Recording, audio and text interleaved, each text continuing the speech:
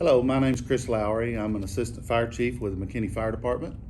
I'm here today to share some information about the personal history packet through our hiring process. First of all, I want to welcome each of you as candidates. I want to wish you the best of luck in our process. It's a great place to work. I've been here 29 years and I can attest to that. But today's purpose is to help you understand what's expected in this process as far as the personal history packet is concerned. This packet is there for you, and you need to keep in mind that it is a representation of you as a candidate.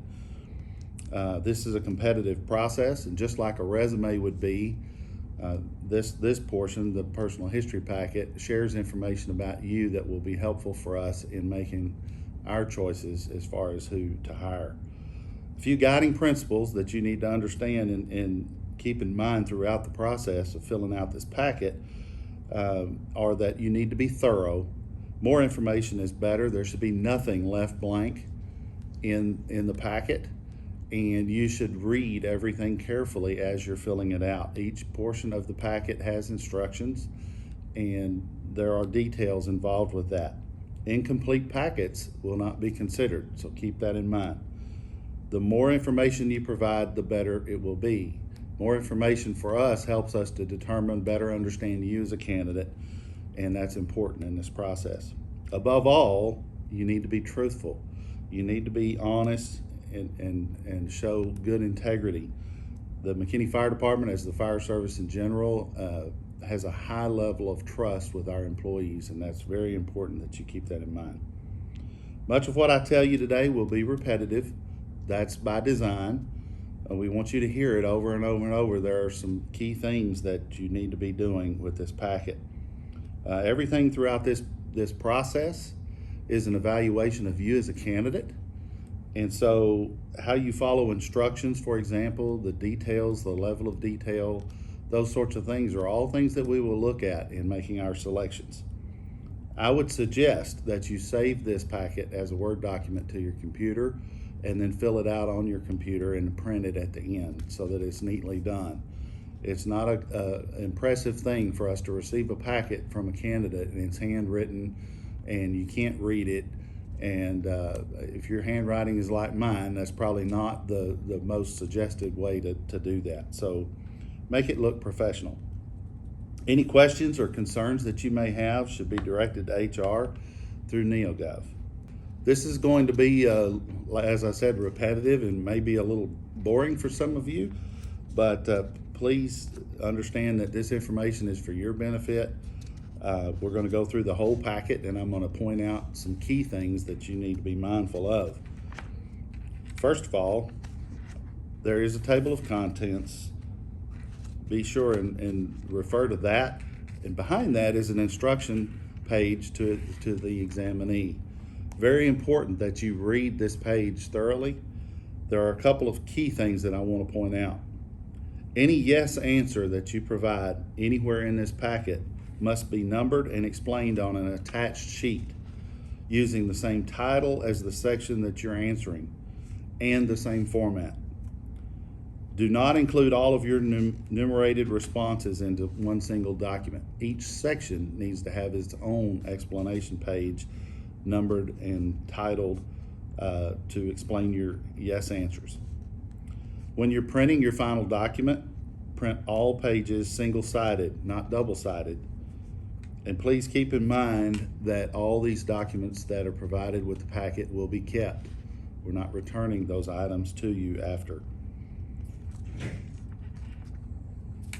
There is a disclosure and authorization form. Please be sure and read that, sign and date it. Very important. There's also an acknowledgement and authorization for background check. We will be doing thorough background checks on each of you. So keep that in mind. That page also needs to be signed and dated, and there's a place for you to print your name. If you're typing, as I suggested, your document, you can type your name there. Next is a checklist page. This page is provided for you. It's for your benefit. I already know what's in the packet. It's not for my benefit. It's for you. Please use it. It will help you make sure that you haven't left anything out. In that, It lists every item that is going to be required. And I would like to point out especially that something has to do with transcripts.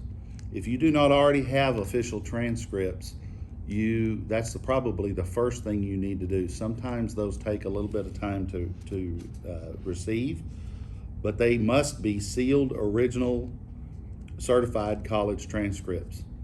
Copies, photocopies, or open transcripts are not considered authentic, and they will not be accepted. So please keep that in mind. There's a declaration page. There you need to type your name, and you need to sign the day's date of when you fill it out. This is going to be notarized, and you need to do this page in front of, as far as signing it, you need to do it in front of a notary. If you do not know a notary, most banks have one. There are a lot available. It's easily accomplished. So I would wait and fill out the bottom half of this page in front of the notary and have that done, but it must be notarized. Next is the identification section. I'd like to point out at the top, there's a place for a photograph. Please understand your photograph must fit within the box that's on the page. I don't want an 8x10. We don't want your grandmother's picture of you off the mantle that's 8x10. You need to take a small photograph that will fit inside that box, much like a passport photograph would be. There are only 2 lines provided at the bottom of this page for you to list your addresses. This is one of the sections where you may have to add additional pages. I would assume many of you have lived in more than 1 or 2 places. So please just follow the same format, Word document, title it, identification section, and list as many lines as you need to capture all your previous addresses. The next section is the personal information section.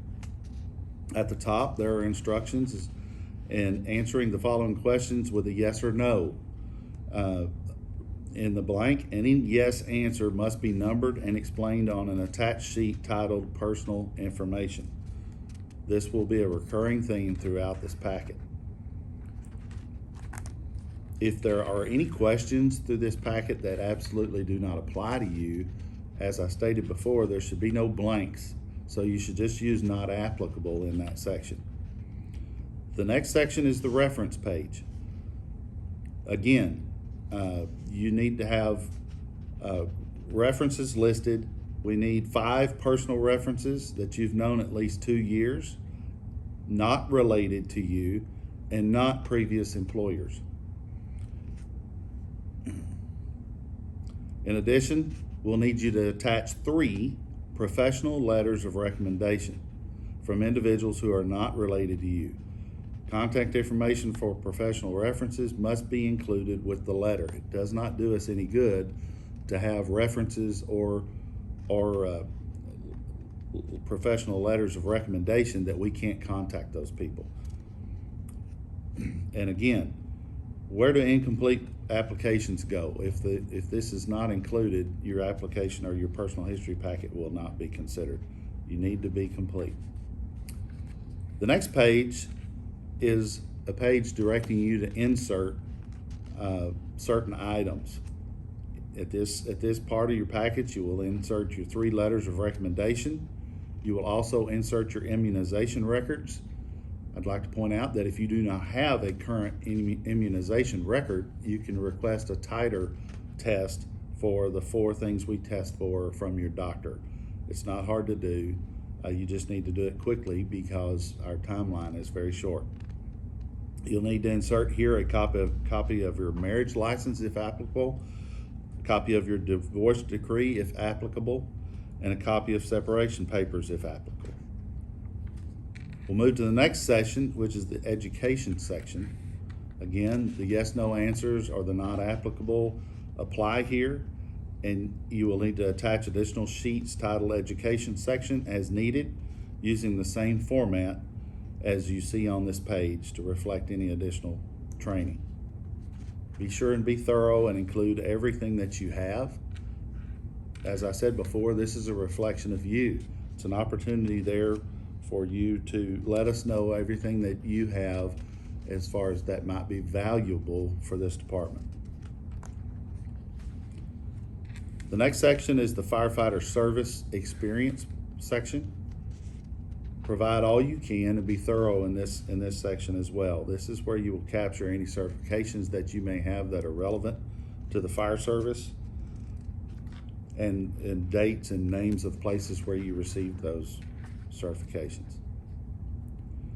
The next section is the law enforcement or firefighter service section. If you've had prior law enforcement or firefighter service, you'll need to answer the questions listed in this section. Again, yes or no answers are not applicable if it does not apply to you. And again, any yes answers that you may have need to be explained on an attached sheet titled Law Enforcement or Firefighter Service. It may seem silly in places throughout this packet where you answer yes to an obvious question, but you still need to follow the instructions and explain your yes answer on a separate sheet. This goes back to what I mentioned earlier about following simple instructions. Behind that page is another section to insert those items. There you will insert a copy of your college diploma, if applicable, letter size 8.5 by 11, a copy of your Texas Commission on Fire Protection A and B list certifications, if applicable, and a copy of technical rescue certifications, if applicable. The next section is the employment history. In this section, you will list all your previous employers. If you need additional space, just follow the same format as I mentioned before and attach additional sheets titled Employment History, and just follow the same information, the same format that you see there.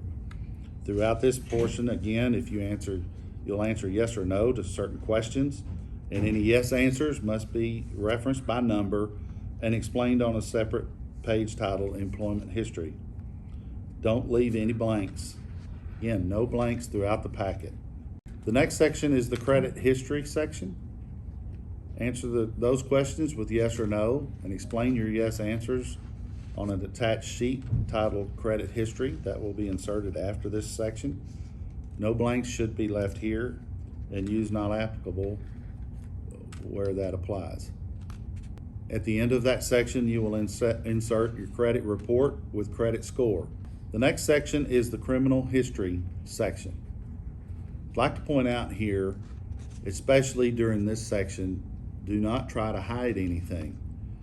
We all have a past, none of us are perfect, and we've all made mistakes in our life. That does not mean that you are not a valuable candidate in this process. But honesty is essential.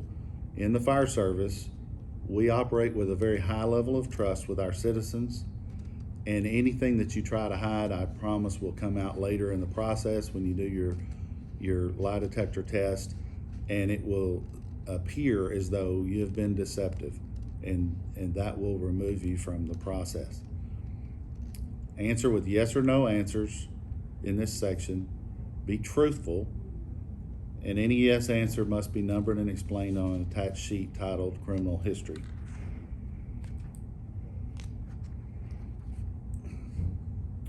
There's a section in this portion that has to do with some very personal questions. This is not information that will be shared with anybody that does not have direct need to know, but you need to be very honest and very thorough in this section. Don't try to hide anything. It will either come out in the criminal background investigation or during the lie detector test. At the end of that section, there is a question, number 50, that asks if you have ever committed any criminal offense not already listed in the questions above.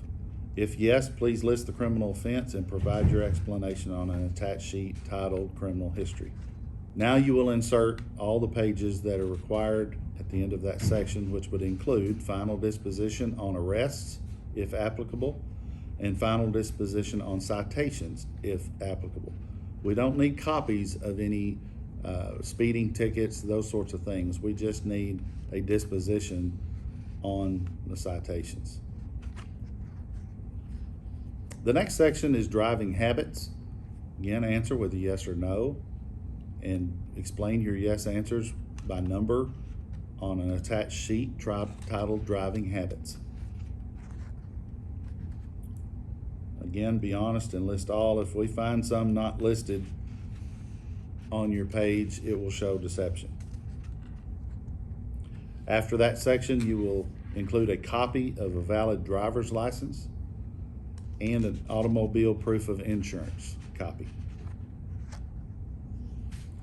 The next section is alcohol use and or abuse. In this section, you'll answer yes or no to any of the questions are not applicable if that applies. Explain your yes answers on a separate sheet, same title, same format, and numbered.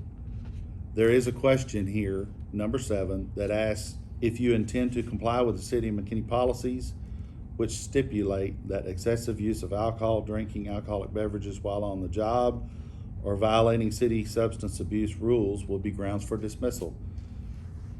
That seems silly to explain your yes answer there, but again, follow simple instructions and do so on a separate sheet.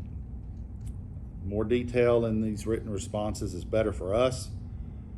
Answers such as when I was younger or a long time ago, simple to the point answers will not serve you well. That's not going to cut it. We need you to explain yourself as thorough as you can. The next section is the drugs section. I'd like to read a portion of the top paragraph there. It's very important. Candidates for the position of firefighter may be disqualified either permanently or temporarily for certain types of illegal drug use.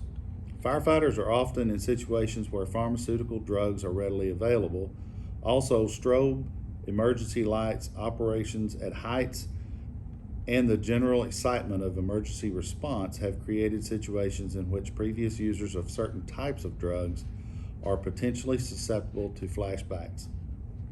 I want you to understand that because there are certain drugs that if previously used will be automatic disqualifiers for a candidate. It's not a reflection of your character or whether or not you're a good person or any of that. It simply is a safety issue for us in the fire service that we can't afford to put you in that situation, nor your coworkers or the citizens in a dangerous situation where you could have a flashback. And that's the reason we have that rule in place. So please be honest and answer these questions as they apply. Again, yes or no answers. Don't leave anything blank, and explain your yes answers on a separate sheet of paper. And please don't try to hide anything because it usually comes out somewhere else in the process. The next section is military service. Answer the following questions with yes or no as all the previous sections, and explain your yes answers numbered and using the same format with the same title at the top of the page. We do offer 5 additional points on the written examination for military service. We're proud of our military folks, and we do like to promote that. At the end of that section, you will include a copy of your DD 214, if applicable, at the end. That's the end of the packet. Again, I'd like to encourage you all to really read the instructions thoroughly, take your time, and pay attention to details. That's all part of your evaluation. I'd like to congratulate you all in the process and wish you the best of luck. Look forward to working with you soon. Thank you.